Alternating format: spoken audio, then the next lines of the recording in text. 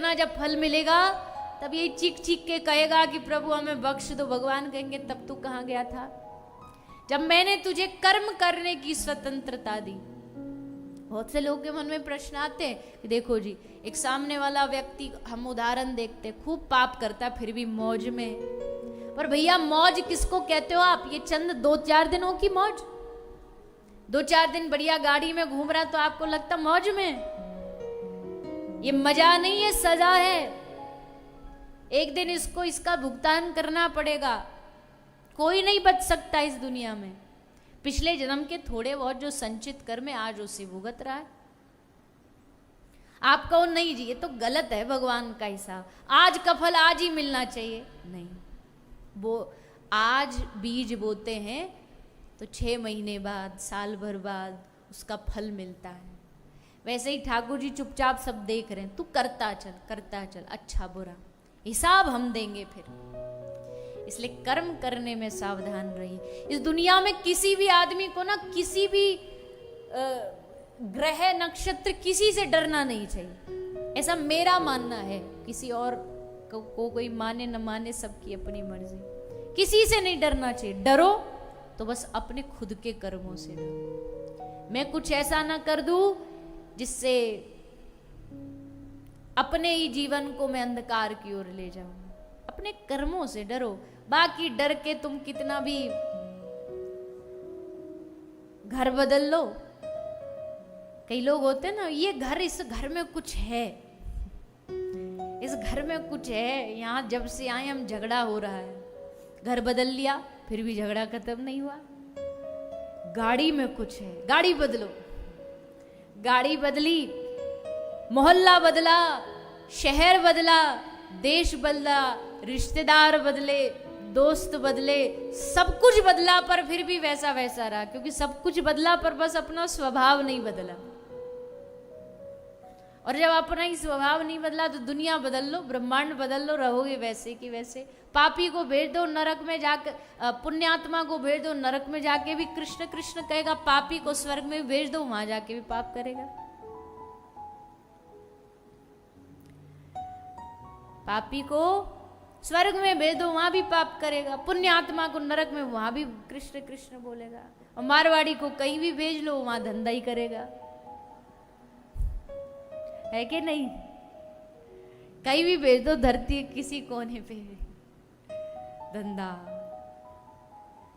अब भगवान ने जिसको जिस काम में बुद्धि दिया तो वही करना चाहिए भैया। जब अच्छा भगवान ने बनाई है, ऐसी तेज बुद्धि दी है तो करना चाहिए, क्या बुराई। तो कर्म से सावधान हो, बाकी किसी से न डरे। तो श्री ठाकुर जी ने आके दुर्योधन को समझाया कि भैया दे दे। बोला नहीं दूंगा। भगवान ने कहा ठीक है, तो अब इससे ज्यादा माथापच्ची करने की आवश्यकता है नहीं। जब इंसान ना समझे तो उसको भगवान भरोसे छोड़ देना चाहिए। और भगवान ने कहा कि दुर्योधन अब भैया हमको जाना है, बहुत दूर से आए हैं।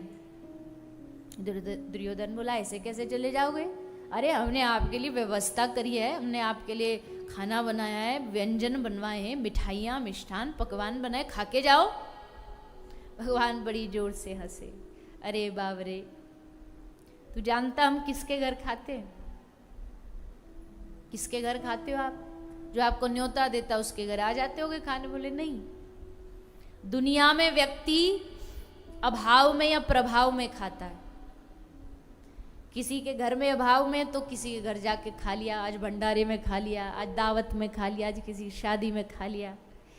या प्रभाव में खाता है, उसने बुलाया जाना पड़ेगा, वहां गए, खा के आ गए। भगवान कहते हैं लक्ष्मीपति हूं मैं, अभाव मेरे पास है नहीं, प्रभाव तेरे पास है नहीं, क्योंकि तूने कोई जीवन में ऐसा काम किया नहीं जिससे प्रभाव पड़े। तो ना अभाव है ना प्रभाव है। मैं कहीं भी ना अभाव में खाता ना प्रभाव में खाता। तो प्रभु आप कैसे खाते हो? तो भगवान ने कहा मैं केवल और केवल अपने भक्त के भाव में खाता हूं। भाव से बुलाओगे तो आ जाऊंगा, और भाव से नहीं बुलाओगे तो। भाव से कर्मा ने बुलाया, थारी भर के लायो खींचड़ो, ऊपर घी की बाट की, जीमो मारा शाम धनी, जिमावे बेटी जाट की। और महाराज कर्मा की खिचड़ी जानते हो कैसे बनाती थी? बिना स्नान करे। सुबह उठी, जगी, देखी ये तो घड़ी में, ये तो बड़े समय हो गया, अब क्या? बोले भगवान जी तो आ जाएंगे, जगन्नाथ प्रभु तो आ जाएंगे, भोजन खाने देर हो जाएगी, तो बिना नहाए ही खिचड़ी बनाने लगी। और एक जगह तो ऐसा भी लगा खिचड़ी बनाते बनाते वहीं बैठी बैठी दातुन कर रही थी, और जैसे खिचड़ी उबली तो वो खर्ची और वो सब तो कुछ चमचा तो मिला नहीं, सो वही दातुन को खिचड़ी से हिला दिया। और सोचो जगन्नाथ भगवान जगन्नाथपुरी से वो खिचड़ी पाने आते थे राजस्थान। आज भी चाहे जगन्नाथपुरी की कितनी विचित्र विचित्र कथाएं सुनो आप, चाहे कितनी भी विचित्रता, कितना भी मर्यादित वहां सब रहता है, भोजन सामग्री भगवान की जो बनती बड़ी अद्भुत चमत्कार से बनती है, कभी अग्नि बुझती नहीं। लेकिन आज भी चाहे कितना भी व्यंजन बन जाए, पर सुबह का भोग जो लगता है वो कर्मा की खिचड़ी का ही लगता है। और वो खिचड़ी जो कर्मा कैसे स्नान करके बनाती, सोचिए। महाराष्ट्र के वामदेव जी के पुत्री का पुत्र नामदेव, श्री नामदेव जी महाराज। नामदेव जी महाराज छोटे से बालक थे, देखते नाना जी सेवा कर रहे ठाकुर जी की, रोज श्रृंगार करते, भोग लगाते। नाना जी कहते, नाना जी हमको कम दोगे आप मौका सेवा का? नाना जी बोले अभी बच्चा तू छोटा है, बड़ा हो जा। बोले नहीं नहीं हमको तो करनी है। नाना जी बोले जब हमको कोई काम पड़ेगा ना, कोई बाहर गांव जाने का जब कभी, तो तुझको फिर मौका मिलेगा, उस समय तू करना। अब तो हर दूसरे दिन पूछते नाना जी कब जा रहे हो? नाना जी बोलते काम होगा तब तो जाएंगे। बोले नहीं नहीं जल्दी बताओ आप कब जा रहे हो। और एक दिन सचमुच काम आ गया। नाना जी बोले भैया हमको 3 दिन के लिए बाहर जाना है, तू कर लेगा सेवा? हाँ नाना जी, अजी यही तो हमको चाहिए था, हम अपने आपके ठाकुर जी की सेवा कर, यही तो चाहिए था हमको। आप जल्दी जाओ, अब तो दिन भर घड़ी देख कब जाएंगे? बेटा जाएंगे जाएंगे, अभी थोड़ा समय तो होने दे। और जैसे गए, पूरी रात नामदेव को नींद नहीं आई, पूरी रात यही सोच सोच के करवट बदलते रहे। सुबह अपने ठाकुर जी को भोग लगाऊं, क्या खाने में क्या पसंद है उनको, क्या खिलाऊंगा, क्या बनाऊंगा, क्या खाएंगे ठाकुर जी? अच्छा मेरे हाथ से खा लेंगे, पहली बार मुझे देखेंगे, पूछेंगे नहीं तू कौन है? पूरी रात ये सोच सोच के बीत गई। सुबह 4 बजे जल्दी जगे, नहाए धोए, स्नान करे, दूध चूल्हे पर गरम किया और भगवान के सामने जाके पात्र में दूध रखा, पर्दा लगाया, घंटी बजाई, हाथ जोड़ के बैठ गए, पियो ठाकुर जी। अब थोड़ी देर बाद घंटी बजा के पर्दा खोला तो बालक थे नामदेव जी, क्या पता था कि ठाकुर जी को जैसे चढ़ाते हैं वैसा भरा ही भरा उल्टा ले जाते हैं। मैंने सोचा जब भोग का मतलब तो ठाकुर जी पीते होंगे, पर्दा खोला तो पात्र भरा की भरा। नामदेव जी बोले प्रभु ये क्या?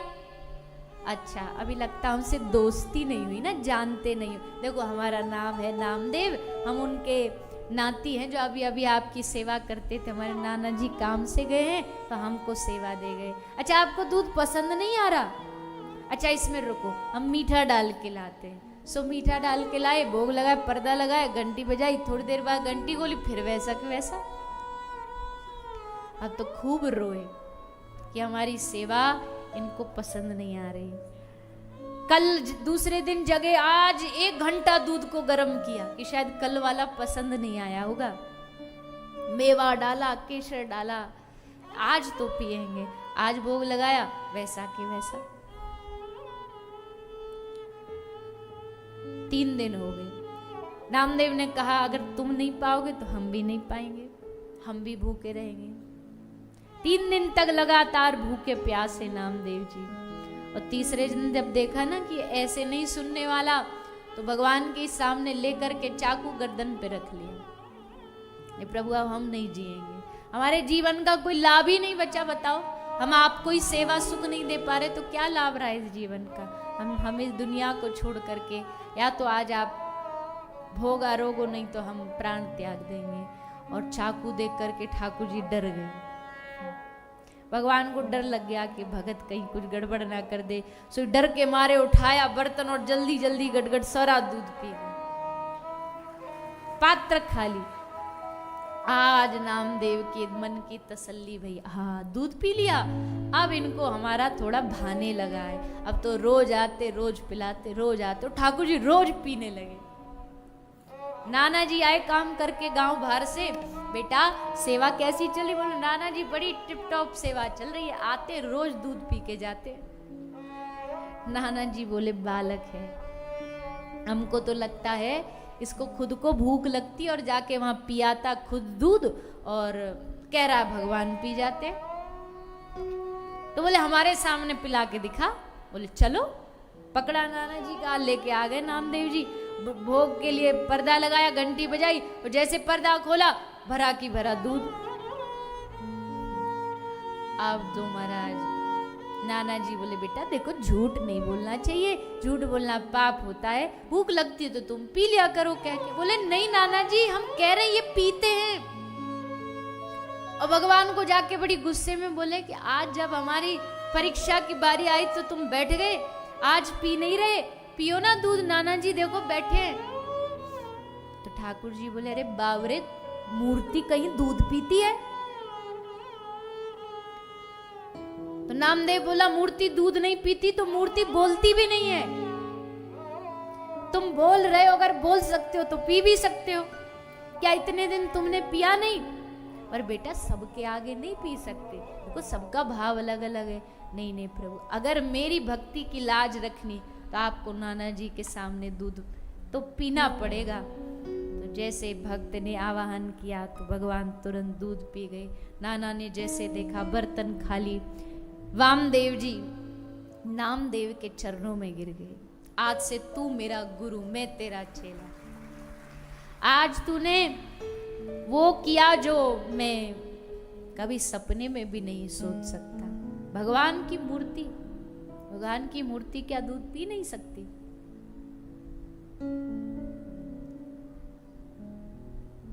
अच्छा, ये जो आजकल चलता, मैं उसके विषय में बात नहीं कर रही।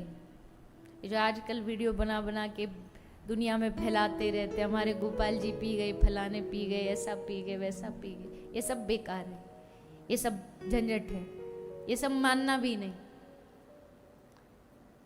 भगवान इतने सस्ते नहीं है कि यहाँ तहाँ तुम चलो। भगवान की कृपा से तुमको इतनी तुम्हारी भक्ति थी, कोई अनुभव हो भी गया तो क्या तुम उसको ऐसे प्रचार प्रसारित करते घूमोगे? भगवान की कोई अनुभव, भगवान की भक्ति कभी दुनिया को बताई नहीं जाती है। जो बता रहे हैं इसका मतलब उनको अनुभव हुआ ही नहीं है, बस ऐसे ही बाहर से कर रहे हैं। अनुभव वाला कभी बताएगा नहीं, उसे प्रशंसा वाहवाही नहीं चाहिए। तो महाराज भगवान ने उसके नामदेव के हाथ से दूध आरोग लिया। तो भाव से पाता हूं, भगवान कहते हैं मैं अभाव से नहीं, प्रभाव से नहीं, मैं भाव से। दुर्योधन में भाव था नहीं, भाव किस में था? विदुर और विदुर की पत्नी विदुरानी जो आशा लगाए बैठे थे कि ठाकुर जी हमारे घर आएंगे, हमारे घर आकर के ठाकुर जी भोग आरोगेंगे। और भगवान सब कुछ छोड़ छाड़ करके विदुरानी के घर पहुंच गए। विदुरानी के घर जाके दरवाज़ा खटखटाया, विदुरानी ने दरवाज़ा खोला और जैसे सामने देखा तो भक्त वत्सल भगवान सामने खड़े हुए थे। देख करके हृदय एकदम गदगद हो गया। हमारे घर में कोई नेता आ जाता है, कोई अभिनेता आ जाता है, और हम तो अपनी बात कर रही हूँ, हम तो कुछ भी नहीं है, कोई दुनिया में वो भी नहीं, पर हम भी किसी के ऐसे घर चले जाएं तो माताएं कई ऐसी होती हैं एकदम बावरी हो जाती है, फूल माला चढ़ाना भूल जाती हैं। खाने के लिए भोजन में खीर बनाएंगी और जब भोजन खत्म हो जाएगा तब भागी भागी आई, अरे खीर तो देना ही भूल गई। तो जब संसार के इतने साधारण से लोग, उनके आगमन में हमें इतनी खुशी हो जाती है। सोचो जिस दिन हमारे घर ठाकुर जी आ गए, तो हमारे आंगन में प्रभु आ गए तो, और आ ही नहीं गए, आकर के मांग रहे हैं कि भूख लगी है कुछ दे दो। कुछ पाने को दे दो। विदुरानी तो महाराज एकदम मति ने, बुद्धि ने काम करना बंद कर दिया। क्या करूं, क्या बोलूं, क्या कहूं, क्या सुनाऊं, कहाँ बैठाऊं, कुछ नहीं पता। अब बावरियों की तरह देखती जा रही है, देखती जा रही है, जैसे कोई पत्थर बन गया हो, जड़ बन गया हो, न पल के गिर रही न उठ रही, और बस आंख से झरझर अश्रु बहते जा रहे हैं। देखो भक्त जो होता है ना, जीवन में 3 बार रोता है। 3 बार रोता मतलब, एक बार जब वो भगवान को पुकारता है, हे नाथ, हे प्रभु, आप हमें कब मिलोगे, तब रोता है, दिन रात रोता है कि प्रभु आपकी प्राप्ति हमको कब होगी। और जब भगवान नहीं सुनते तब फिर रोता है कि कितना समय इंतजार करवाओगे। और तीसरा, जब भगवान मिल जाते हैं तब रोता है। बोले अब क्यों रो रहा है?